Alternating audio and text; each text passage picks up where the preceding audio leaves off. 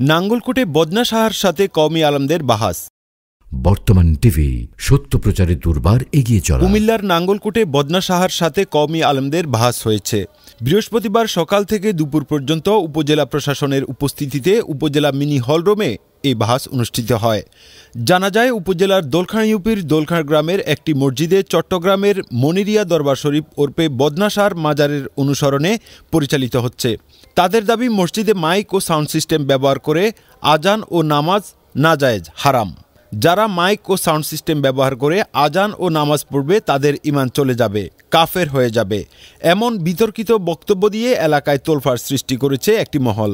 কওমি আলেম মুফতি লুৎফুর রহমান ফরাইজি, মুফতি শামসুল ইসলাম জিলানী ও মুফতি আমজাদ হোসেন বলেন, বিতর্কিত বক্তব্য দিয়ে সাধারণ মানুষদের মাঝে বিভ্রান্ত সৃষ্টি করছে একটি মহল। বিষয়টি সমাধানের লক্ষ্যে নাঙ্গলকোট উপজেলা প্রশাসনের উপস্থিতিতে উপজেলা মিনি হলরুমে বাহাস অনুষ্ঠিত হয়।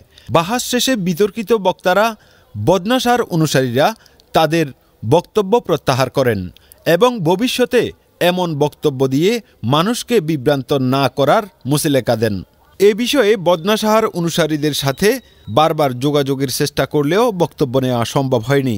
উপজেলা সহকারী কমিশনার ভূমি মেহেদি হাসান বলেন, ধর্মীয় একটি বিষয় নিয়ে তাদের ঝামেলা চলে আসছে দীর্ঘদিন থেকে। বৃহস্পতিবার উপজেলা নির্বাহী অফিসার, থানা ওসি, সেনা কর্মকর্তা সহ অনেকের উপস্থিতিতে বিষয়টি সমাধান হয়েছে। তারা কেউ কাউকে আক্রমণাত্মক কথা বলবে না জানিয়ে মুসলেকা দেন। আমরা সবাই জেনেছি যে চট্টগ্রামের বদনা শাহ নামে একজন মরহুম পীরের অনুসারীরা আমাদের কুমিল্লার নাঙ্গলকোটে বিভ্রান্তি সৃষ্টি করতেছিল একটা সাধারণ মাসালা নিয়ে, যে মাইক ব্যবহার করা জায়েজ কি জায়েজ না, মাইক ব্যবহার করে ইবাদত করলে সেটা কবুল হবে কি হবে না। তো মাইক ব্যবহার করা না করা এটা আসলে এমন একটা জিনিস যে আমরা এটাকে বাধ্য করি না, তো যদি করে করতে পারে, না করলেও কোনো সমস্যা নেই। তো তারা বিভিন্ন লেখায়, লিখনীতে, বক্তৃতায় তারা প্রমাণ করতেছিল যে মাইক ব্যবহার করে ইবাদত করে তারা কাফের। এটা খুব সেন্সিটিভ বিষয়। এই বিষয়টাকে সামনে রেখে আজকে তাদের সাথে আমাদের একটা যৌথ মিটিং ছিল। সৌভাগ্যের বিষয় হচ্ছে সেখানে তারা পরিষ্কারভাবে দাবি করেছেন যে তারা যা বলেছেন এগুলো ভুল বলেছেন এবং ভবিষ্যতে আর কখনো এরকম বিভ্রান্তিকর কথা বলবেন না যে যারা মাইক ব্যবহার করে নামাজ পড়েন তারা ভুল করেন, তারা কাফের বা তারা মুশরিক, এরকম কোনো কথা বলবেন না বলে তারা লিখিত দিয়েছেন। তো এটা আমাদের একটা নৈতিক বিজয়। তো আল্লাহ তাআলা আমাদেরকে সকল বিভ্রান্তি থেকে যেন এই উম্মতকে হেফাজত করেন এবং ছোট ছোট বিষয় এর কারণে যেন আমরা দলে দলে বিভক্ত না হয়ে পড়ি, এই জন্য আমাদের সজাগ সচেতন থাকতে হবে। আল্লাহ তাআলা তৌফিক দান করেন। এরপর এখন আবার তারা নতুন করে মাথাচাড়া দিয়ে উঠেছে।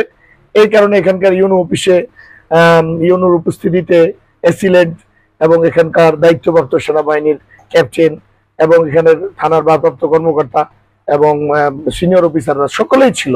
তাদের উপস্থিতিতে আজকে আমরা যে সিদ্ধান্তে পৌঁছেছি তা হলো তারা তাদের ভুল স্বীকার করেছে মজলিসে, যে তারা যেটা বলেছে এটা সঠিক বলেনি এবং তারা কাফের বলে না কাউকে। তো তারা তাদের বক্তব্য হলো এটা বই পুস্তকে কিছু লেখা থাকলেও আমরা তো কাউকে কাফের বলি নাই।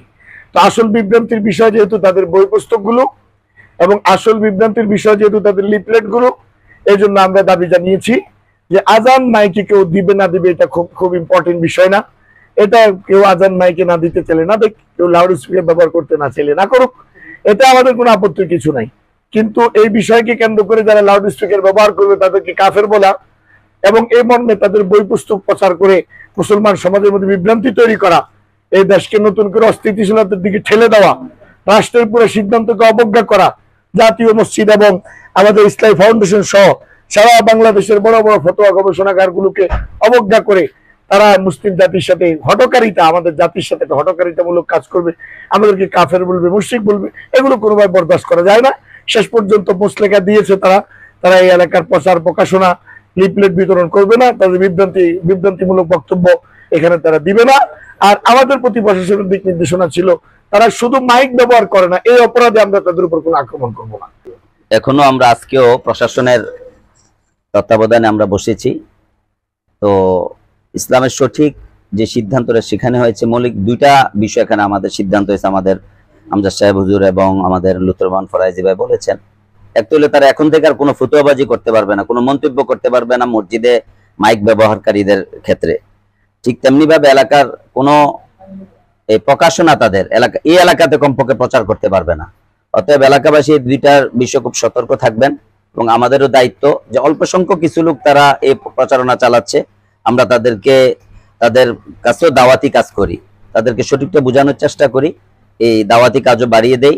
মসজিদের মুসল্লি তারা অল্প সংখ্যক কয়েকজনই, তো এটা এই মসজিদ কিভাবে সঠিকভাবে পরিচালিত হতে পারে এটাও দাবি উঠছে সেখানে, যে এলাকার অধিকাংশ মুসল্লিরা যেদিকে আছে এর বাহিরে তারা চলতেছে, তো এটাও কিভাবে এলাকার অধিকাংশ মুসল্লিরা যেটা হক বুঝেন এই হকের উপরে মসজিদে পরিচালিত হতে পারে, এই দাওয়াতি কাজও আমাদের দায়িত্ব। এবং এলাকার উলামায়ে কেরামকে আমি অত্যন্ত গভীর অন্তঃস্থল থেকে আমি এই শুকরিয়া জানাই, যারা শরীয়তের এই বিষয়গুলো নিয়ে আগেও 21 সালেও যেভাবে ওনারা এটা ভূমিকা রেখেছেন, প্রতিবাদী ভূমিকা, আজকেও সেই ভূমিকা রাখার কারণে এতটুকু পর্যন্ত আমরা আসতে পেরেছি। এলাকার উলামায়ে কেরামদেরকে এই ভূমিকার সাথেই দিনের কাজে অগ্রগামী রাখবেন।